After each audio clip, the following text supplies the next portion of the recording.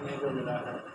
सो गुरुद्वारा दाता बंदी छोड़ पर जो सिखों के 6वें गुरु गुरु हरगोबिंद साहिब जी हुए हैं। जैसे कि हम जानते हैं कि गुरु नानक देव जी जो कि पहले गुरु हुए हैं। तो जब गुरु नानक देव जी इस धरती पर अभी आए नहीं थे, उनका प्रकाश नहीं हुआ था, तो जहाँ पर पहले से भी बहुत से धर्म मौजूद थे, धार्मिक लोग भी मौजूद थे, लेकिन क्या था कि उन धर्मों में जो है वो असल जो उसका उद्देश्य है वो लोगों तक नहीं पहुँच रहा था। जो धार्मिक लोग थे वो कहीं ना कहीं गड़बड़ कर रहे थे।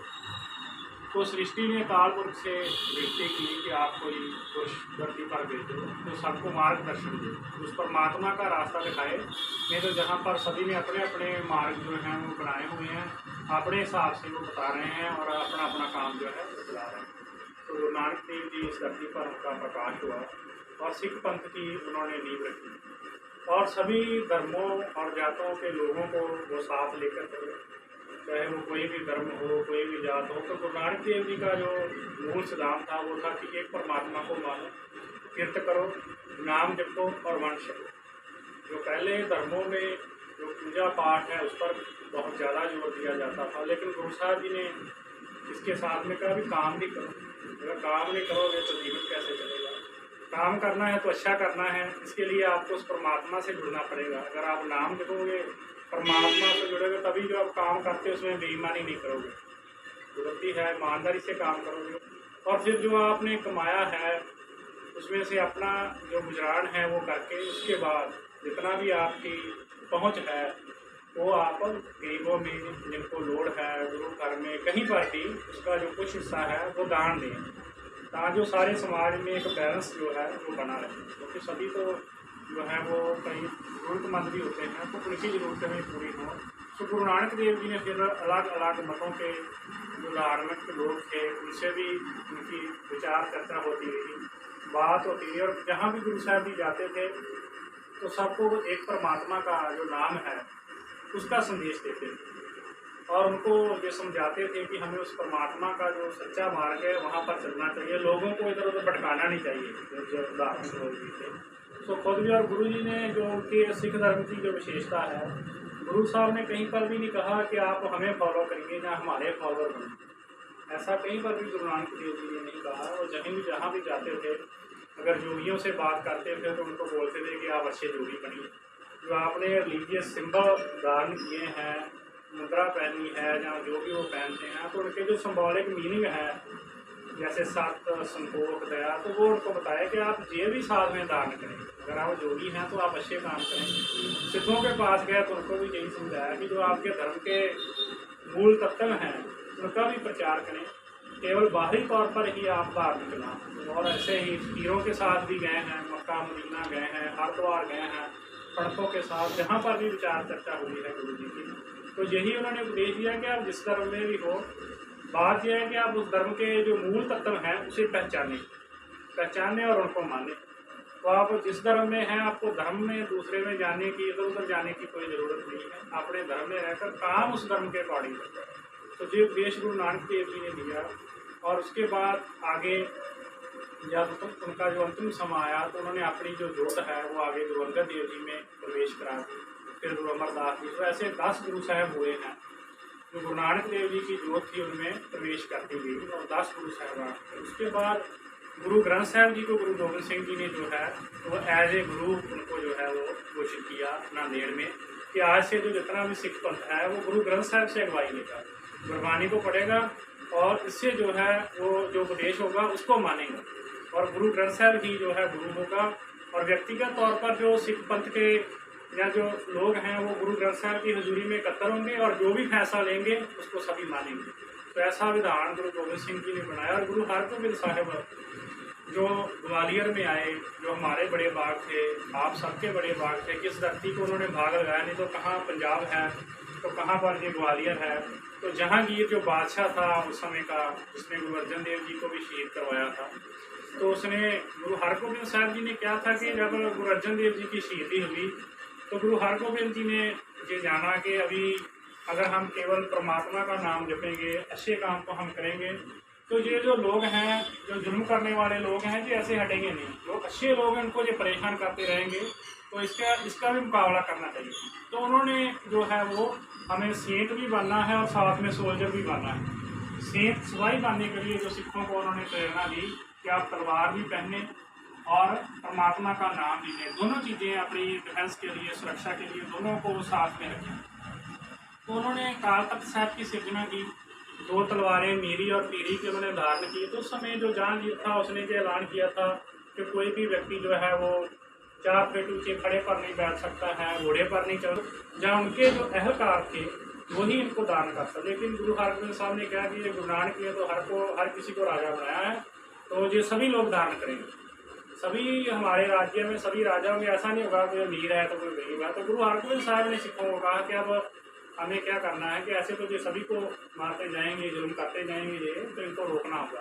तो उन्होंने कहा कि जहाँ पर आप गुरु घर में आएँ, दान दें, बेटा दें, अच्छे घोड़े लेकर आएँ, शस्त्र लेकर आए। नौजवानों ने कहा कि आप फौज में भर्ती हों। उन्होंने फौज भी बनाई और सभी रॉयल सिंबल गुरु हरगोबिंद साहब जी ने दान किए। तो तख्त लगा कर बैठते थे, जब चलते तो वो घोड़े पर चलते थे, साथ में उनके 2200 जो घोड़सवारों की फौज थी वो चलती थी, उनके जर्नैल थे। तो ये जो बात है वो जहांगीर को अच्छी ना लगी, उसको लगा कि ये तो मेरे को चैलेंज है, एक बादशाह है तो उसके सामने ऐसा, तो उसने कहा कि ऐसे तो लोग सभी जो हैं उठ खड़े होंगे तो हमारा हुक्म कोई नहीं मानेगा। तो उसने बहुत साजिश के तहत गुरु जी को पहले दिल्ली बुलाया कि हम आपसे मिलना चाहते हैं, और उसके बाद उनको जहाँ ग्वालियर के किले में भेज दिया, जहाँ पर नज़रबंद कर दिया। और जहाँ पर ये जो थी, पहले तो ये राजा मान सिंह तोमर ने बनवाया था ये किला, क्योंकि वो जैन धर्म से संबंध रखते थे। तो जैन धर्म में भी ऐसा विधान नहीं है, अहिंसा परमो धर्म है, तो इसलिए वो ज़्यादा समय तक वो कायम नहीं कर पाए उसे। तो मुगलों ने उसको जो है वो डिस्ट्रॉय कर दिया, उनके राज को, क्योंकि वो लड़ नहीं सकते थे, ऐसा विधान नहीं था उनके धर्म में। तो यहाँ पर जहांगीर ने जो मुगलों ने कब्जा कर लिया, तो इसको एक बड़ी शाही जो जेल है उसमें तब्दील कर दिया किले को। जो भी वो कोई रियासत का राजा था उसको पकड़ते थे, जहाँ पर भेज देते थे, जो भी उनके खिलाफ विद्रोह करता। तो 52 राजे जो हैं, जो हम जानते हैं कि 52 राजा यहाँ पर थे जहाँ पर गुरुजी आए। तो वो राजा लोग भी जब गुरुजी आए और उनकी संगत करने लगे, सुबह शाम जहाँ पर कीर्तन होता था, भजन होता था, तो गुरुजी उनको जीवन के बारे में, जीवन का लक्ष्य जो बताते थे, तो उनके मन में एक नई उम्मीद जाग गई कि अब हमें यहाँ से गुरुजी ले जाएंगे। तो वो भी गुरुजी के साथ यहाँ पर सत्संग करने लगे। और फिर कुछ समय बाद जो जहांगीर है उसने ये जान लिया, क्योंकि पंजाब में भी सिखों में इसका बहुत भारी विद्रोह था। सिखों में क्या, क्योंकि सभी जो लोग थे वो गुरुजी के पैरोकार थे, चाहे वो हिंदू हों चाहे मुसलमान भी, तो उन सभी ने जहांगीर को ये समझाया कि अब इनको आप ज़्यादा देर यहाँ पर रख नहीं सकोगे, आपके लिए अच्छा होगा कि इनको आप छोड़ दो, नहीं तो आपका जब तक जाता रहेगा। तो उन्होंने फिर गुरुजी से बेनती की कि आप जहाँ से जा सकते हैं, रिहा आप जहाँ से हम आपको करते हैं। तो गुरुजी ने कहा कि अब हम जहाँ से अकेले नहीं जाएंगे, ये जितने भी राजा हैं हमारे साथ, आपको इनको भी जहाँ से रिहा करना पड़ेगा। तो पहले तो वो बादशाह माना नहीं, क्योंकि वो राजा थे, अगर वो छोड़ देते तो अपने रियासत में जाएंगे, फिर से फौज इकट्ठी करेंगे, तो उसके जहांगीर के खिलाफ फिर से वो बगावत कर सकते थे। लेकिन फिर बाद में उसे जो है वो मानना पड़ा। उसने कहा कि जो भी गुरुजी का पल्लू पकड़ लेगा उसे किले से बाहर जाने की इजाज़त होगी। तो वो राजपूत राजा थे, जहांगीर का ये विचार था कि ये पल्लू नहीं पकड़ेंगे गुरुजी का, लेकिन वो तो अब गुरुजी को समर्पित हो गए थे, गुरुजी के साथ वो वहाँ पर रहते थे, उनके मन में वो अब ऐसी कोई बात रही नहीं थी। तो गुरुजी ने जो 52 कलियों वाला एक बड़ा चोला जो था वो सिलवाया, तो सभी ने उस चोले की एक एक पल्लू जो पकड़ा और किले से बाहर चले गया। और लोगों ने वहाँ पर ये नारे लगाए, दाता बंदी छोड़। तो तब से गुरु हरगोबिंद साहब जी को दाता बंदी छोड़ कहा जाने लगा। तो उसके बाद जहांगीर ने फिर जो ये राजा लोग होते हैं, ये देख लेते हैं जिनको प्रभाव पड़ता है उसको पट्टी मारो। इन्होंने देखा कि अब गुरु जी का प्रभाव बढ़ रहा है, इनसे हम टक्कर नहीं ले सकते, तो वो भी गुरु जी का श्रद्धालु हो गया। उसके बाद में वो गुरु जी की सपोर्ट भी करता रहा, साथ में उनके शिकार करने पर भी जाता रहा, विचरता भी रहा।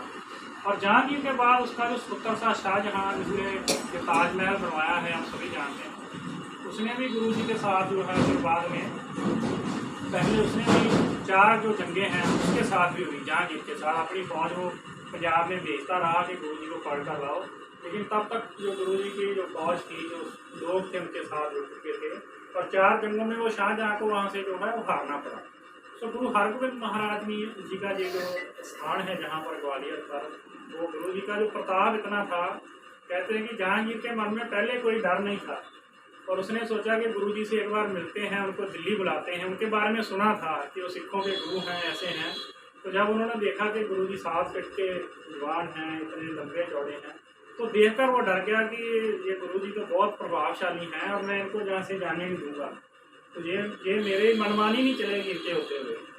तो ये सोचकर उन्होंने जो ग्वालियर में भेजा था, तो बहुत शक्ति और बहुत प्रताप के मालिक थे गुरु हरगोबिंद साहब। और उन्होंने जहाँ से जो उनका अब जो जहाँ पर कार्यक्रम है, जो 400 वर्ष हो गए हैं जहाँ से उनको राजाओं को रिहा करवाए हुए, तो 400 साला बंदी छोड़ पर्व जो है वो गुरुद्वारा दाता बंदी छोड़ किला पर मनाया जा रहा है। तो सभी संगतें अपने कोई तन धन दे रहा है, कोई अपना टाइम दे रहा है, कोई किसी तरह से भी जो भी कर सकता है, जैसे भी कोई सक्षम है वो जहाँ पर जो है वो सेवा कर रहा है। तो हम सबको भी जैसा भी हमारी इच्छा हो, हम जहाँ पर सेवा करके जो गुरु हरगोबिंद साहिब हैं उनकी हम खुशियाँ प्राप्त कर सकते हैं। सतगुरु जी हमारे भी जो बंधन है, हम भी समाज में रहते हैं तो कितनी प्रॉब्लम्स में रहते हैं, कितनी परेशानियों में हमारा मन जो है जकड़ा रहता है। तो सतगुरु जी कृपा करेंगे दाता बंदी छोड़ हमें भी ऐसी जो समस्याएं हैं उनसे हमारी भी जो मद क्लासी होगी और हमारा जो जीवन है वो अच्छा शांत नहीं और गुरु के आसरे से जो है चल सकेगा। तो हमारे ये बहुत बड़े बाग हैं कि हमें ये अवसर जो है मिल रहा है। तो आप सभी का बहुत बहुत धन्यवाद। वाहिगुरू जी का खालसा।